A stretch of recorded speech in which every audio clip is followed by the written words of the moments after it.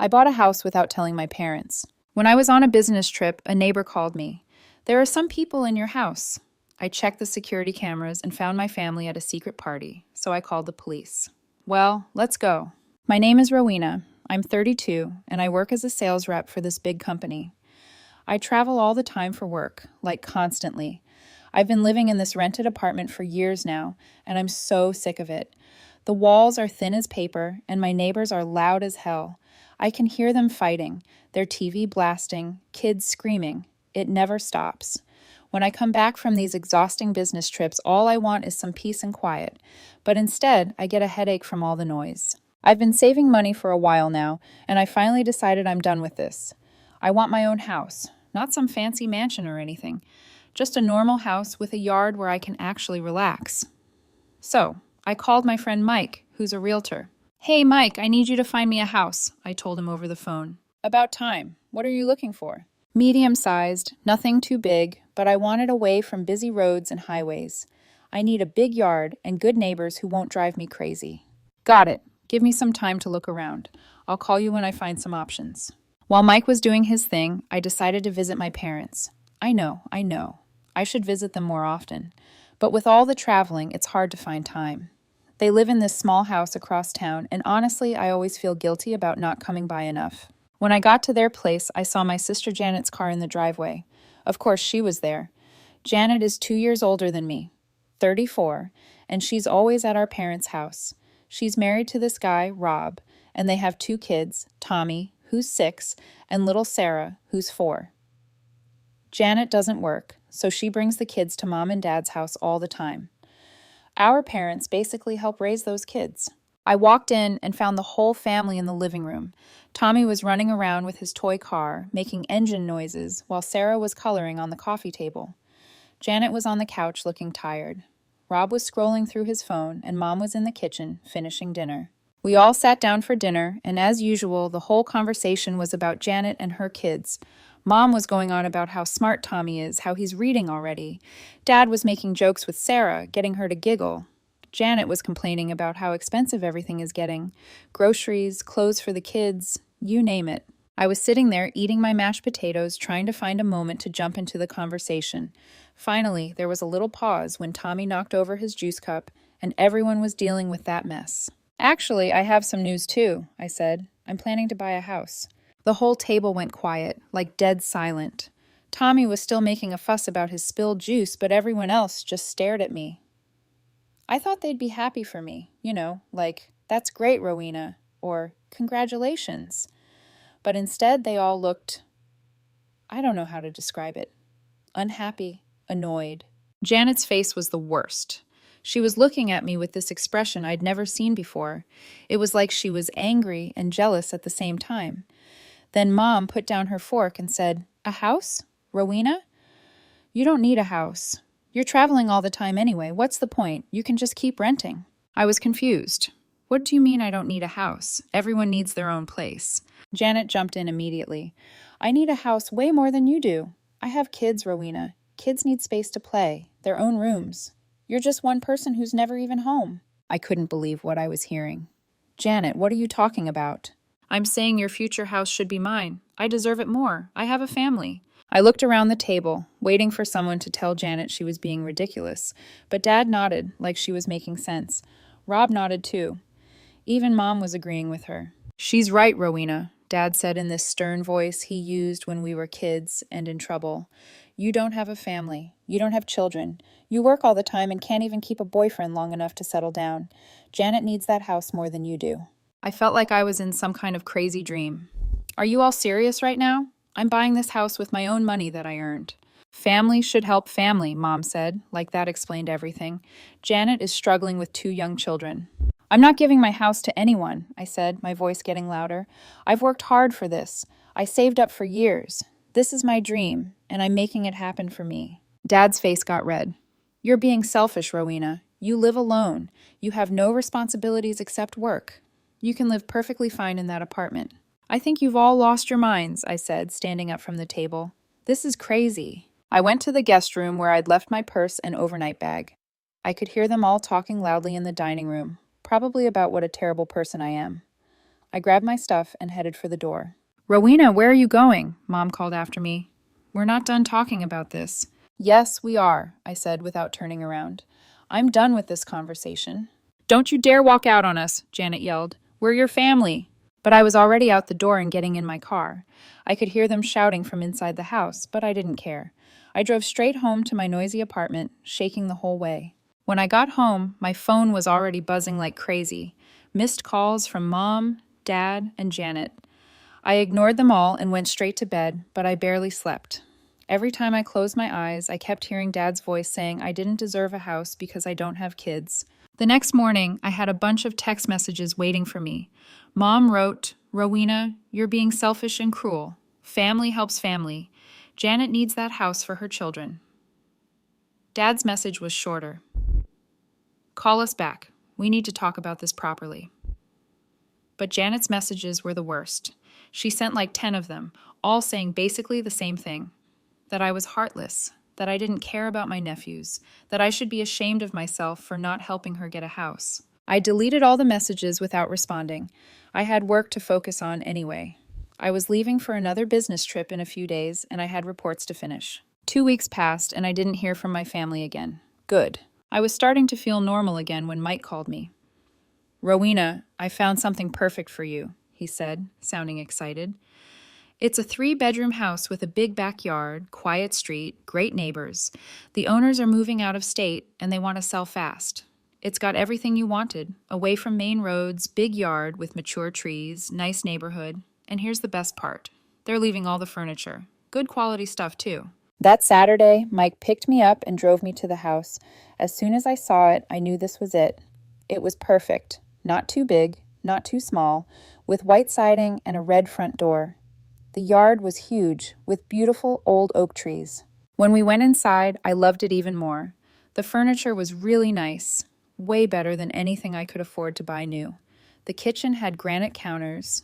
The living room had this comfortable couch and matching chairs, and the bedrooms were spacious and bright. The neighbors on both sides are great, Mike told me as we walked through. Mrs. Henderson on the left is the sweet elderly lady who's lived here for 20 years. The family on the right has teenage kids who are very respectful. What are they asking for it? Mike told me the price, and it was exactly in my budget. I could put down a good down payment and still have money left over for emergencies. I want to make an offer, I said immediately. The owners accepted my offer that same day. Within 3 weeks, I was signing papers and getting keys. I couldn't believe how fast everything happened. I was a homeowner. I had my own house with my own yard and no noisy neighbors sharing walls with me. I didn't tell my family anything about it. After that disaster at dinner, I decided they didn't deserve to know. I wasn't even going to invite them to my housewarming party. Why would I want people there who thought I didn't deserve my own home? Moving day was amazing. I hired movers for my stuff from the apartment, which wasn't much since the house came furnished. I spent the first week just walking around, touching everything, still not believing it was really mine. I could sit in my backyard with my morning coffee and hear birds instead of traffic. At night, it was so quiet I could actually sleep without earplugs. I had to go on another business trip right after I moved in. But when I got back 2 weeks later, I was ready to celebrate. I planned a housewarming party and invited everyone I actually wanted there. My work friends, some college buddies, and a few cousins and aunts who had always been nice to me. The party was great. Everyone loved the house and kept telling me how proud they were of me for making this happen. We grilled burgers in the backyard, played music, and just had a really good time. I felt so happy and proud showing off my new home to people who actually cared about me. Around 8 muka, right in the middle of the party, someone knocked on my front door. I wasn't expecting anyone else, so I went to see who it was. When I opened the door, I almost fell over. There stood my parents, Janet and Rob, all dressed up like they were invited guests. Surprise? Mom said with this fake smile. We found you. What are you doing here? I asked, still shocked. How did you even get this address? Mom waved her hand like it was no big deal. Oh, we have our ways. Aren't you going to invite us in? Before I could answer, they all just walked past me into my house. I stood there with my mouth open, watching them march into my living room like they owned the place. I figured one of my cousins or aunts must have given them the address. I should have been more careful about who I told. Once they were inside, it was like a totally different family showed up. Mom started gushing to my relatives about how proud she was of me.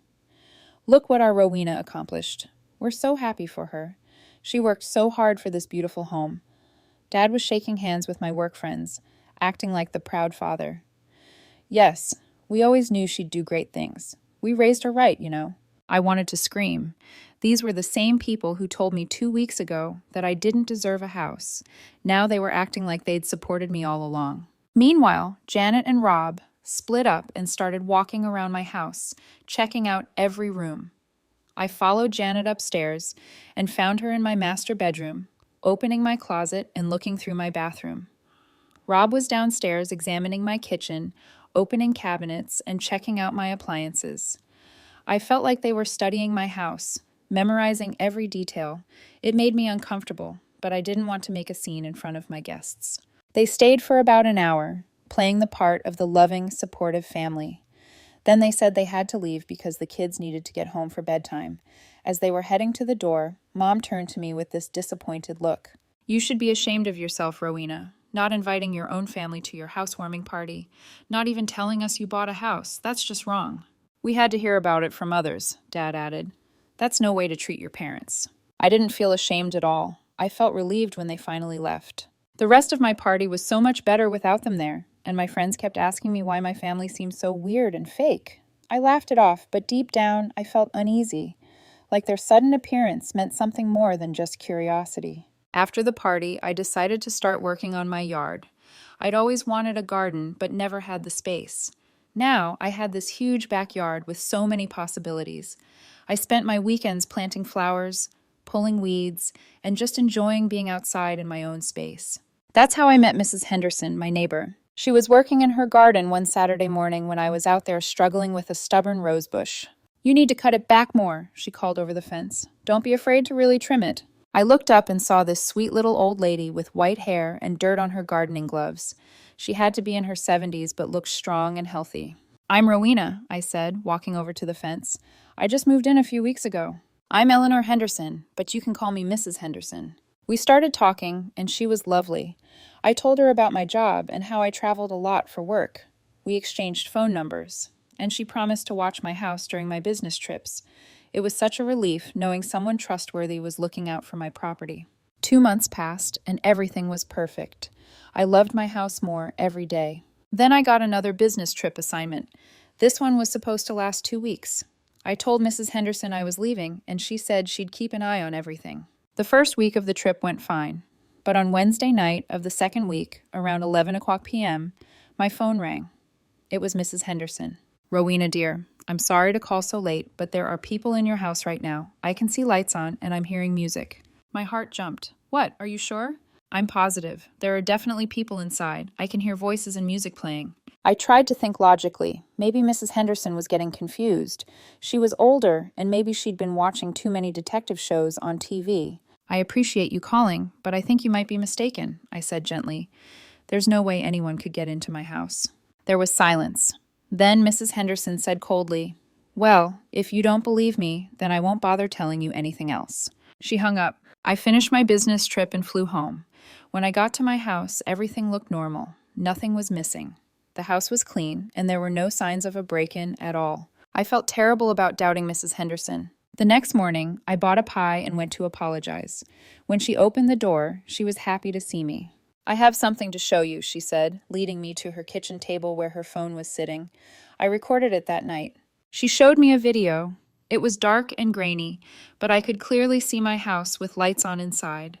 There were definitely shadows moving around through the windows. I felt sick.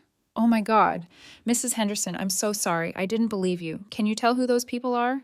The video was too dark to make out faces. I can't tell, she said. But this is definitely real. She sent the video to my phone, and I went home completely freaked out. How did someone get into my house without breaking anything? That afternoon, I called a security company. We can have cameras installed by tomorrow morning, the technician said. We'll put cameras at all your entrances around the perimeter to cover the backyard and one inside your living room. You'll be able to monitor everything from an app on your phone. Perfect, I said. And make sure they're not visible from outside. Don't worry, these cameras are tiny and blend right in. The next day, they installed everything. The cameras were amazing. You really couldn't see them unless you knew exactly where to look. I tested the app and could see crystal clear video of every angle of my house. For the next month, nothing happened. I checked the app constantly, but everything was normal. I started to think maybe whoever it was wouldn't come back. Then I got assigned another business trip. This time, I wasn't worried because I had my security cameras. If anyone tried to get into my house, I'd see them and call the police immediately. I told Mrs. Henderson I was leaving again, and she said she'd keep watching. 3 days after the start of the business trip, Mrs. Henderson called me late at night. "Rowena, I'm seeing people in your house again. I can hear music and voices." My heart started pounding. "I'm checking my cameras right now." I immediately opened the app on my phone and connected to my security cameras. What I saw on the live feed made my blood run cold. There were people in my living room, but these weren't strangers. It was my family. My parents, Janet and Rob, were all there, acting like they owned the place. But that wasn't even the worst part. They had guests with them, probably Janet and Rob's friends. There were about 8 people total, all sitting around my living room, drinking wine and having a party. They were laughing and toasting each other with my wine glasses. I watched in complete shock as my sister walked through my house like she lived there, showing people around my home. Rob was behind my bar mixing drinks. My dad was sitting in my favorite chair like he belonged there. Mom was in my kitchen, probably using my dishes to serve food. My first instinct was to call my parents and sister immediately and scream at them to get out of my house. But I was so angry, so completely enraged, that I decided they deserved worse than just being yelled at. I dialed 911. "There are strangers in my house right now," I said, trying to keep my voice steady. "I'm out of town on a business trip, and people have broken into my home illegally. They're having a party in my living room." "Are you watching this happen right now, ma'am?" the dispatcher asked. "Yes, I have security cameras. I can see them on my phone. There are about 8 people in my house drinking and partying." "Officers are on their way. Stay on the line with me and keep watching your cameras so you can tell us what's happening." I watched the live feed from my security cameras while staying on the phone with the 911 dispatcher. My family and their friends were still partying in my living room, completely unaware that police were on their way. About 10 minutes later, I saw police cars pull up outside my house. 2 officers got out and walked to my front door. They knocked loudly, and I watched through my cameras as everyone inside froze. The music stopped immediately. Rob answered the door, and I could see him talking to the police officers. He looked nervous and kept gesturing with his hands like he was trying to explain something. The officers stepped inside, and I watched as they started talking to everyone in my living room. My parents and Janet looked shocked. The friends they brought looked confused and scared. One of the officers was taking notes while the other one seemed to be asking questions. Then things got crazy. Rob, who was obviously drunk, suddenly got aggressive with one of the police officers. I watched him raise his voice and point his finger at the cop. The officer stepped back and said something, but Rob kept getting more agitated. "Ma'am, one of the individuals is becoming belligerent with our officers," the dispatcher told me. "We're calling for backup." Rob actually tried to push the police officer. That was it. The officer immediately grabbed Rob and put him in handcuffs.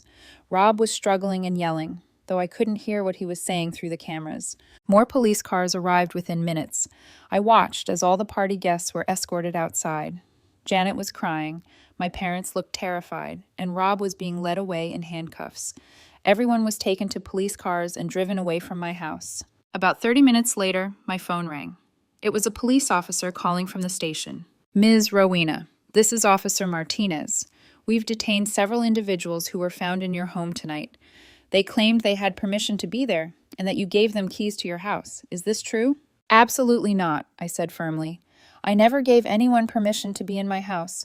I never gave anyone keys. They broke in illegally." "The individuals in question are claiming to be your family members. They say there's been a misunderstanding."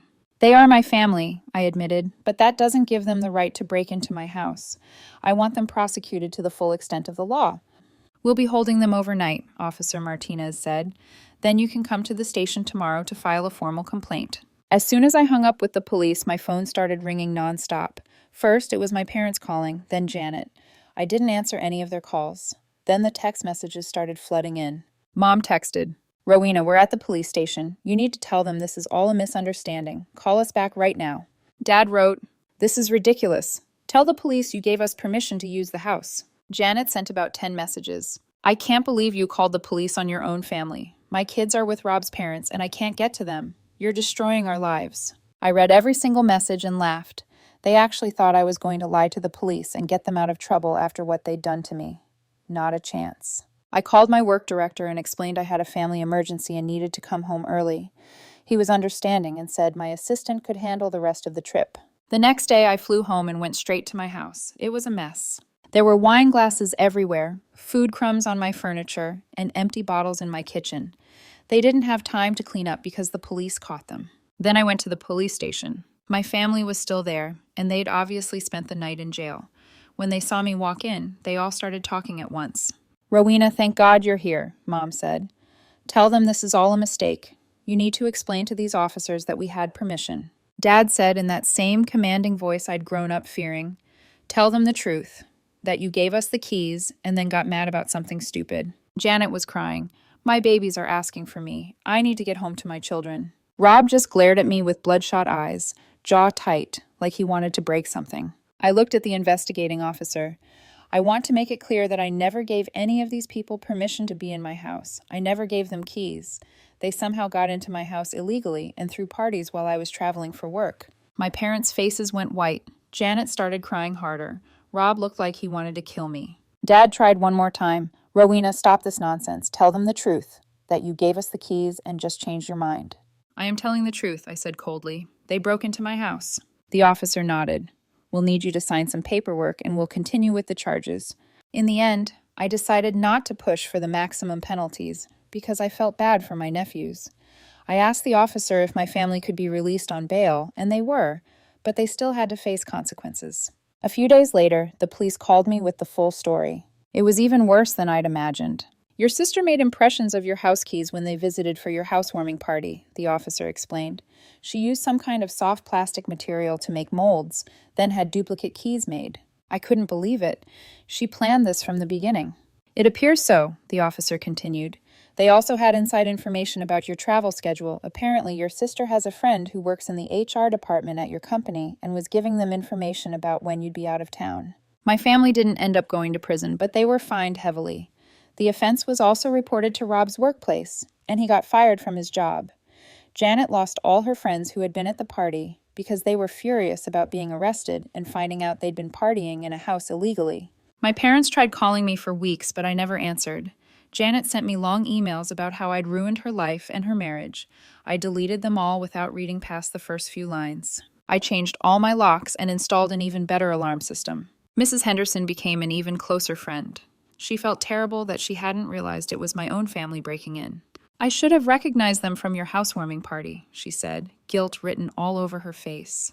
"Don't blame yourself," I told her. "I never imagined my own family would do something like this either." Now, I don't talk to my parents or Janet at all. What they did was unforgivable. They made copies of my keys behind my back, used my house for parties while I was working, and acted like they had every right to do it. When I think about how they told me I didn't deserve a house, and then secretly treated my house like their own personal entertainment venue, it makes me sick. But I love my house more than ever. It's truly mine now, protected and safe. And I have Mrs. Henderson watching over it, a real friend who actually cares about me.